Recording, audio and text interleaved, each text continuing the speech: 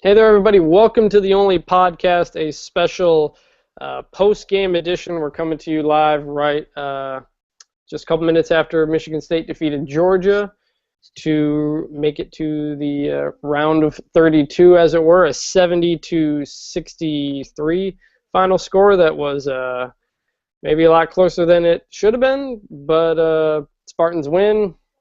They hit enough free throws at the end to advance. And so, yeah, interesting game. I guess I'm joined here by Jeremy Warnamundi, who's a contributor at The Only Colors. And him and I used to work together at the State News at MSU. We covered the lovely 2011 tournament in Tampa when the Spartans lost to UCLA in the first game. And we kind of just spent the rest of the 3 days we were in Tampa watching all the tournament games at Hooters, and that was a fun time. So we're going to have an equally... What's up?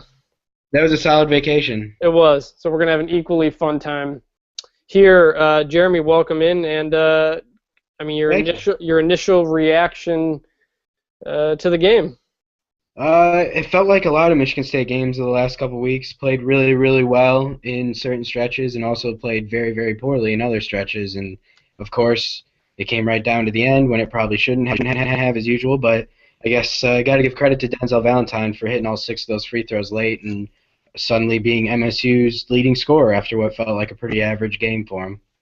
Yeah. Now, if you haven't been a part of this live podcast before, in the comments section at the bottom of the TOC page, it's the general reaction thread. Just react to the game. If you guys have any questions, anything you want us to ask, any questions on things we say, go ahead. It's kind of an interactive thing.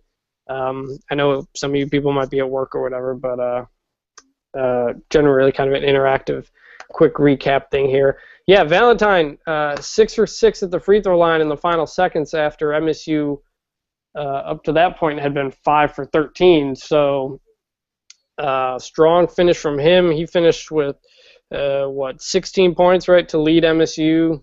4 for 9 from the field, 6 rebounds, 6 assists, only 1 turnover. Had a quiet, solid game. I think he didn't really seem to take over very much, but he didn't make any big mistakes. Travis Trice finished with 15, 6 for 15 shooting, 6 assists, but he had 4 turnovers on the day. Some inconsistent, I think, play to him. Brandon Dawson didn't play much of anything in the first half, dealing with foul trouble, but he got all 7 rebounds and 14 points in the second half, playing like the Dawson that we've seen in recent NCAA tournaments.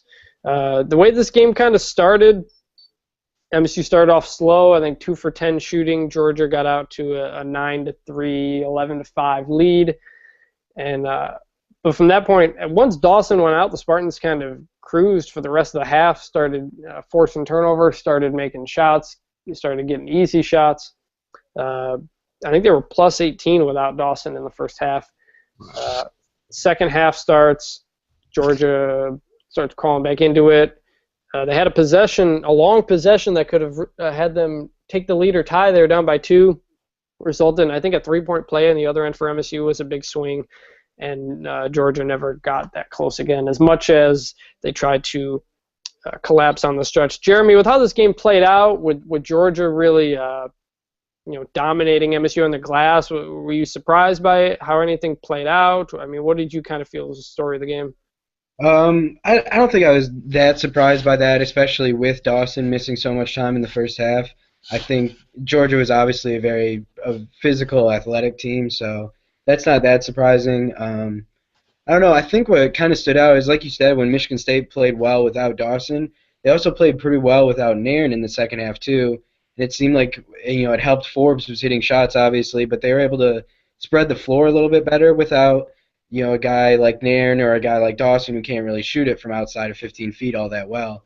So I kind of like that lineup. It was interesting the way they played better in that stretch, but I think they're definitely going to need more from Costello and Schilling going forward, though. Yeah, you mentioned Schilling. Got a question from T Price 12 who asked, "Do you think this is all MSU is going to get from Schilling in the tournament?" He really seems to have reverted back to last year's Gavin Schilling. His confidence seems really low. His body language always kind of isn't good. I don't even know how many minutes he played. I don't have that in the box score, but he couldn't have been very more than 5. I mean, he finished with 3 fouls. He's starting, and Costello's playing much better than him off the bench, but really seems like a confidence issue with Schilling right now. And I think all you really want out of, I know he starts, but I think all you really want out of him at this point is to just stay on the floor enough to keep Costello fresh. Which he hasn't been able to do that which he wasn't able to do in this game. But I think just play defense, just rebound, and don't foul. And right. He couldn't really do that last year, and the last couple games here, he's kind of back to doing that. What do you think? I think the frustrating thing with him is a lot of his fouls are just not smart. Two of them today where he just shoved a guy in the back trying to get a rebound, which I appreciate the aggressiveness, I guess, but you able to stay on the floor and spell Costello. But fortunately for Michigan State, Colby Wallenman is playing much better than you could have expected from him to start the year. I mean, just not that he's a star or anything, but he's just giving him solid minutes and getting rebounds and doing what he can, I guess. Playing within his capabilities for sure. Right. I think he's doing exactly what you want Schilling to do. Just rebounding, and if you can't get the rebound, tap it out. And he had a number of those where he tapped it out to somebody else. Mm-hmm. Jeremy, are you hearing an echo on your end? A little bit. Is it bad? I'm hearing it a little bit. You got any headphones with the headphones on you? Yeah, I'll be right back. Let me see. All right, I'll hold down the fort. Yeah, I mean, Walleman's playing exactly, like I said, exactly what you want Schilling to do. He's playing just good enough defense, and he's getting enough rebounds, and he's not really fouling. He got called for that foul at the end. I didn't really like that call. Walleman he seemed to have the verticality that you want. They seem to be calling pretty much every touch foul down the stretch there for Georgia. But the Dogs were also making the layups to make the N1s. But, it's interesting going forward because at the end there, you had no Schilling and you had no Costello after Costello fouled out. So you had Walleman as your lone true big with Dawson, and Walleman ended up going to the free throw line, fouled, and he missed. He's 2 for 9 free throw shooter on the year, so that's a little bit more than you're expecting of him. But that's why it's so important that Schilling can just spell Costello, because Costello's a guy who also has problems fouling. He played really, really good defense in this one. He got called for a couple ticky-tack fouls too, but he is a foul-prone guy, and that's why it's important that Schilling able to just stay on the court, because if Costello can be not on the court for a few more minutes, that's a little bit less likely he can foul. And looking at the box score, Georgia went 21 for 26 from the free throw line of the game. Free throws were really the biggest thing that kind of kept the score where it was up until the end. MSU had been 5 for 13. I mean, they only finished 11 for 19, and Georgia goes 21 for 26. Now, MSU's not a good free throw shooting team. Georgia's not that great either. I think they were 68% on the year coming in, and they went 21 for 26, which is 80%. And Marcus Thornton, he's a 67% free throw shooter on the year. He goes 8 for 8. So Georgia got the advantage at the line. You knew them getting to the line would be the advantage, because that's kind of how they play. But making them was also obviously a big key. I thought the biggest story of the game. Jeremy, you there? Yeah, just got back. All right, cool. I thought the biggest story of this game was basically either MSU was able to get out in transition or they weren't. And when they were able to get out in transition, they were able to score. When they were stuck in the half court, they couldn't get much anything going. And as you look toward the next game, Virginia is going to do absolutely everything they can to take away the fast break, which is what they did last year, which is how they play the game. They play it really, really slow. So thoughts, Jeremy, on how MSU was able to use the break? Do you think they're going to be able to do that, assuming they play Virginia next? I don't know. I've been worried about that since I saw that potential matchup because that has been Michigan State's pretty much primary offense. It seems like since I don't know right before the Big Ten tournament started. So I don't know. I like that so many different guys can start the break for MSU, so they can run after missed shots and whatever. But I think to run against Virginia, they're going to somehow have to force turnovers, which is also not an easy thing to do against the Cavaliers. Yeah, and MSU did not get many offensive rebounds in this game, only 5 out of 36 opportunities. So it's going to have to come either through turnovers uh,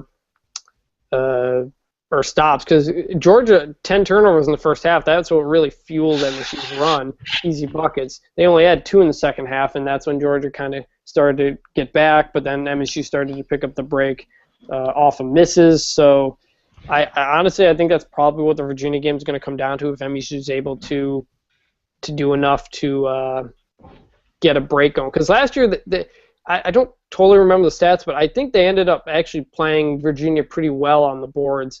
And you had Adrian Payne and Dawson up front there, and they were able to score inside. This team is not going to be able to score inside, and they're going to have to make jump shots, and they're going to have to run as much as they can. Because last year's team, if they weren't able to run, but they had talent to overcome it, I don't think this team does, especially a team of Virginia's caliber.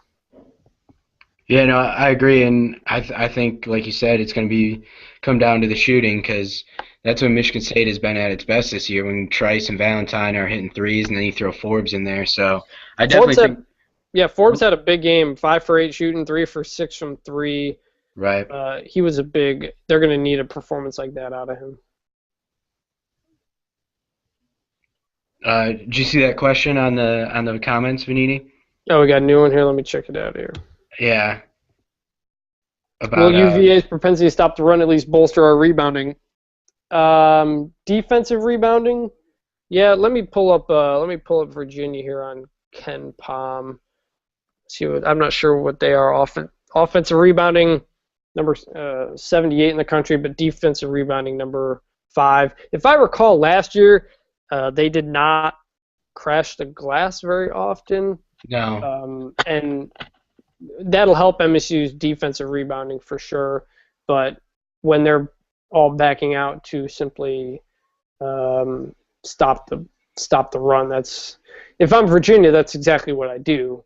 I send everybody back. I don't, because MSU has shown very little ability to ever work in the half-court offense. And when you're Virginia, with the number 1 defense in the country, just sit there and rely. I think just sit there and rely on your half-court defense to win you the game. That's what I would do. We'll see. Virginia hasn't played it, obviously. We'll see how they look. Justin Anderson is coming off of an injury and some other things, and Virginia's not the same team without him. Virginia lost 2 of their last 3 games entering the tournament. One to Louisville by 2 and one to North Carolina by 4. And before that, they had really struggled at Syracuse. So, it was kind of the situation. Khalil Gaines coming in for Georgia. He reportedly had a sprained foot, but he looked pretty good out there for Georgia. So we'll see if Justin Anderson plays for Virginia in this game, how he looks. I'm sure Izzo will be watching that very closely, because Virginia without him is definitely a different team. He's number 74 in the country in offensive rating, so he's an important player there. So that's coming up next, probably shortly after we finish up this podcast. So if anybody's out there still listening, I know it's kind of 3 o'clock. We've done these podcasts at weird times because of when MSU's games are. The last one we did was at midnight, and this one's at 3 o'clock on a Friday when people are working. So we'll see if when they play, which we don't know on Sunday. We won't know until the end of the day today, so you don't need to ask Joe Rexroad. I mean, you can if you want to. That'd be fine. He likes when people get asked him that. Any chance for Belmont? Asks EL's finest. I don't think so. I don't think this is the same Belmont team. This obviously isn't the same Belmont team you've seen in recent years. I can't say I know that much about them, but I do know that Mhm. I was saying to Joe in the pre-tournament podcast that I picked all 1 seeds in my bracket because I just felt like there were like 5 or 6 teams I felt that were really head and shoulders above the rest. I think I include Virginia in that group, though um, I do think MSU has a chance to beat them, but I actually picked MSU, so we'll see how that goes. But I still, Same here. in terms of Final Four national championship caliber, only felt like there were 5 or 6 teams. I think Virginia's in that group. I mean, they entered they entered their regular season finale at 28-1 on the year. So I mean, 1 loss, and that was at home to Duke, who got a 1 seed. Yeah. So it's a really good team. Although, coming into this tournament, you say MSU is probably playing their best ball of the year. Virginia probably playing their worst. We'll see how they do against Belmont, but I think you can't ask for much more if you're MSU in this situation going up against Virginia. You've got a Virginia team that's probably not 100% Right. healthy. You've got an MSU team that is, and it's just kind of a matter of just doing what you can. Yeah, just playing better than the other team pretty much, which I definitely think Michigan. It's a winnable game for Michigan State, just because I don't see Virginia blowing Michigan State out. I think no matter what happens, MSU will be in that game. I think it'll come down to MSU's ability to run. I think will be the most important thing, but I think that all that starts with the defense, because it's going to be a low possession game, and Right. so you've got to take advantage of your opportunities on both sides. And if they can minimize Virginia's opportunities on offense, that not only will keep the game close, but that stops are what lead to fast breaks. If you're giving up buckets, even if it's especially if it's every minute, every 30 seconds, with how they play. You have to stop every opportunity they can, and then you're going to be limited in the amount of fast break opportunities you have to, and they'll start with running the ball. You got any other thoughts on this Georgia game overall? And another thing is MSU's going to have to make free throws. I mean, it nearly Yeah. cost them this game. Everything that could go wrong did for a stretch there. You've got a offensive foul trying to get a rebound, then you've got a turnover for a layup, then it feels like whenever the game's coming down to the end, Your MSU center has a layup or has what should have been a dunk blocked by a guard. Yeah, well, you know what? But I actually credit MSU there for pushing it and not holding it, That's because very that should true. have been that was simple, just not execution on Costello's part. That was a Right. good play, easy bucket. You got to put that in. If they had held it, you get fouled. Who knows what happens? Izzo's had a propensity to kind of do a prevent offense kind of in the final 4 minutes, and he did a little bit in this one. When they were able to push the ball, when they decided to actually push, they actually got a couple good opportunities. You just got to take advantage of them. So Yeah. Izzo, by the way, not to interrupt, but Izzo also went 2 for 1 at the end of the half, which I didn't that catch made me that. happy. Good Yeah. call. Because Trice hoisted that 3 from deep that was not in the flow of the offense, but Izzo pretty obviously wanted to go for 2 for 1, it looked like, because I think the shot came with like 45 seconds left in the game, or in the half. So he's not entirely stubborn. He will change, because he rarely goes 2 for 1 as well. Yeah, he made a comment I saw after the game to True TV that he kind of put some blame on himself in sort of time in terms of knowing the time on the clock. I don't know if that meant he wished they would have just held it. Frankly, I thought they made the right decision on Costello's block. Yeah, He's I agree. He's just simply got to push that stronger. I mean, you saw when Dawson got the steal, went to Valentine, he didn't hold it. They pushed it. They got a bucket out of it, and that's the best thing you can do is get a bucket. Yeah, because it's a whole lot easier for this team than making 2 And free frankly, throws. yeah, I was surprised, honestly, with about 3 minutes left that Georgia didn't start hacking. It almost really felt like with about 2 minutes left that Georgia had given up. They had just accepted it. They weren't fouling, and then all of a sudden they get the steal and the layup, and all of a sudden it's like, okay, well now we kind of have a chance again. I got that sense against Ohio State too, because they pulled Russell late in that game. Russell pulls the tape off his arm and sits down, and all of a sudden Ohio State starts to make a run to get back in it. Yeah, that felt like more like Russell quitting than Ohio State quitting, though. Well, I mean, even pulling him and not putting him in. Yeah, I was surprised. And I was surprised Georgia didn't go for the hacking. I thought Georgia played that poorly, and it ended up working out for them. So Yeah. sometimes it's just kind of how it happens. So it'd be interesting to see what happens there. The other Jeremy has a question for us, by the way, Yeah, he asked about about the hockey. dunking, Oh, Costello. right. Yeah, I Yeah, don't know. I'm not doing hockey analysis. No, no, no. I don't. He can't get high off the ground standing still. No, I he's think never been able to elevate really. So he no. needs to He can run when just to he's get two moving. steps into it pretty much. Yeah. Right when he's on the when he can move the floor well. I think from a standstill, his verticality is not all that good, and he kind of just goes for the layup. I think back to the blowout win over Michigan at home a few years back when there was a dump off to him by I don't remember who it was. And he was right there, and it was like he like laid it up like a jump shot almost, and he was like 2 feet from the rim, and that's just kind of how he's always done it. Yeah. I don't know. He I don't couldn't know make if the bunnies tonight either, even he just missed a easy number ones of off the glass. Yeah. right. That's frustrating. So I don't know if he just isn't trying to get up harder or he can't, but I haven't really seen many opportunities where he can. I think Schilling's a guy who has been able to. Dawson obviously can. But that was a big thing. He struggled quite a bit on offense. Defensively, I thought Costello played really, really well.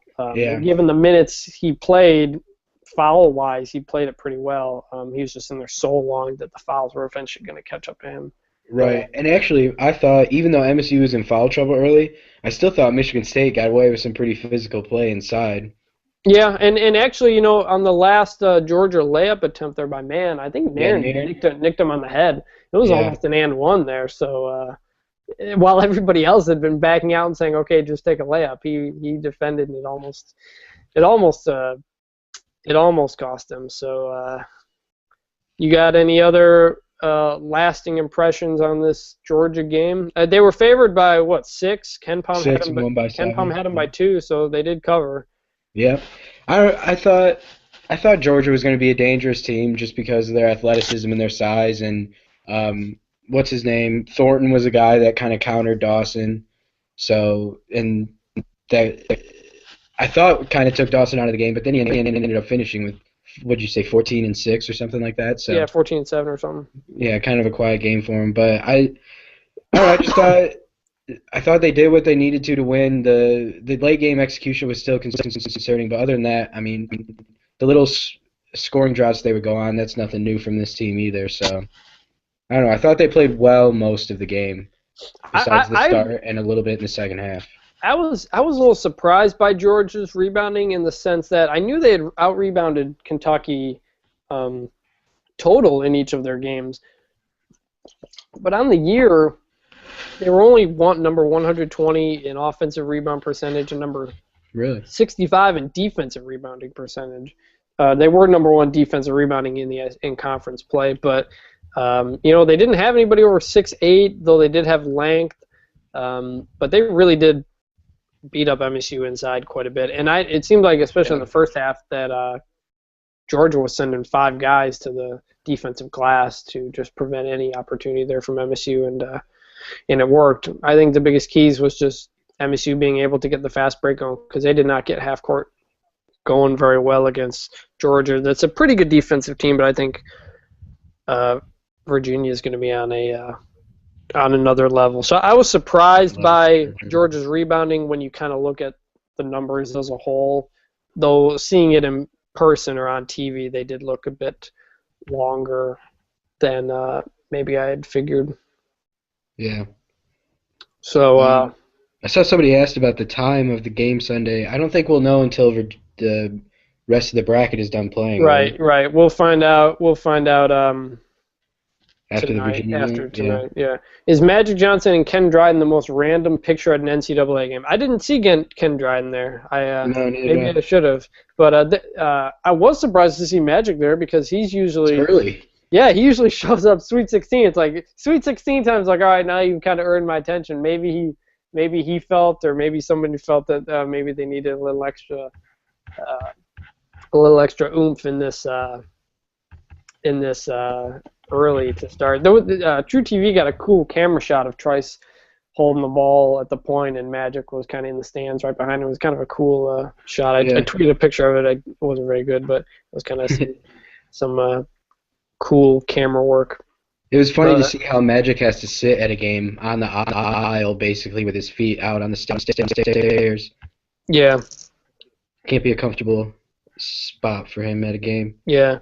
El Goosh says his factor is to have a chance. Dawson must play with urgency, make free throws. Costello stays out of foul trouble.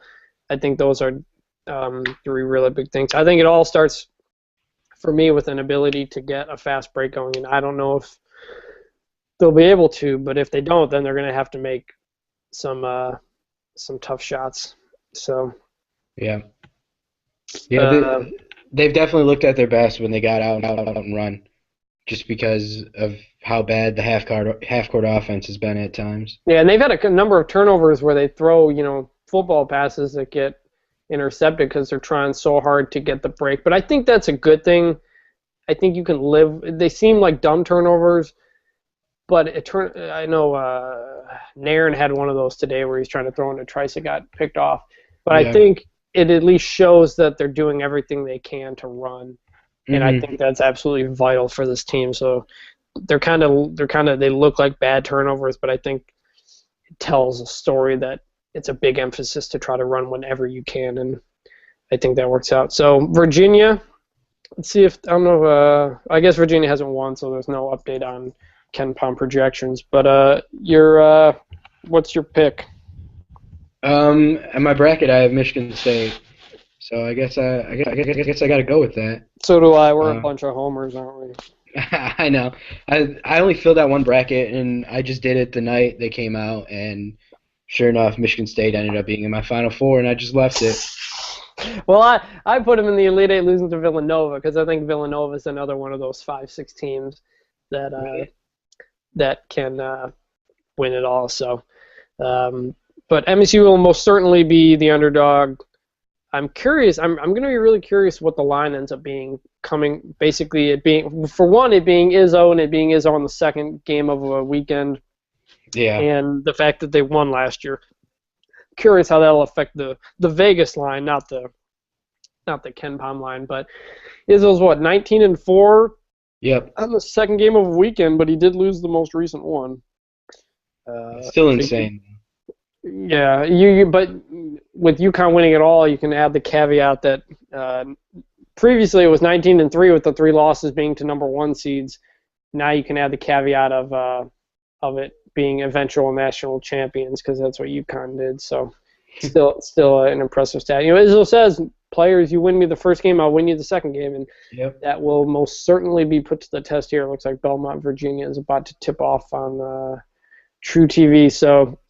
Quick question. Do you think it's an advantage for Michigan State or Virginia that they played last year? I think it's an advantage for MSU because I don't think MSU plays any sort of style that's adjusting to. It's just simple physicality. I think Virginia's very slow style of play. MSU knows it. They also play a similar style against Wisconsin 2 games ago. So I think it benefits MSU. I agree. So tonight, if you're into hockey, Michigan State plays Michigan at I think 8 p.m. at the Joe in the semifinal of the Big Ten tournament. I'm actually going to be going to that. Nice. Curious in something instead of basketball. Tickets should be real cheap. I don't think there's going to be much anybody there. But yeah, both teams need to win to keep their season alive. Winner goes to the Big Ten tournament final to likely play Minnesota, and the Big Ten's likely only getting 1 NCAA tournament berth, so that will be that. So appreciate everybody who stuck around on this podcast. I think we'll try to do this again on Sunday, since hopefully it'll be an easier time. So Spartans win 70-63 to move to the second round or the third round, whatever, of the NCAA tournament. And win or lose, we'll do our typical podcast in the middle of next week. But I think we're, at least for the NCAA tournament here, might as well do these live reaction recaps because it's kind of more fresh in our mind. And it works out. So check out theonlycolors.com for great hockey previews. They'll have some good basketball previews certainly, and some other good stuff. And Belmont takes a 4-3 lead on Virginia. So All right, let's go Belmont. watch out on that. So for Jeremy, thanks for being a part of this. Had a good time. It's been a while since actually we talked. Feels like 2011 all over again. I know, it feels like we're in a hotel room in Indianapolis or something. We're just missing Josh Radke to make an idiotic comment. We're not missing him though. Yeah.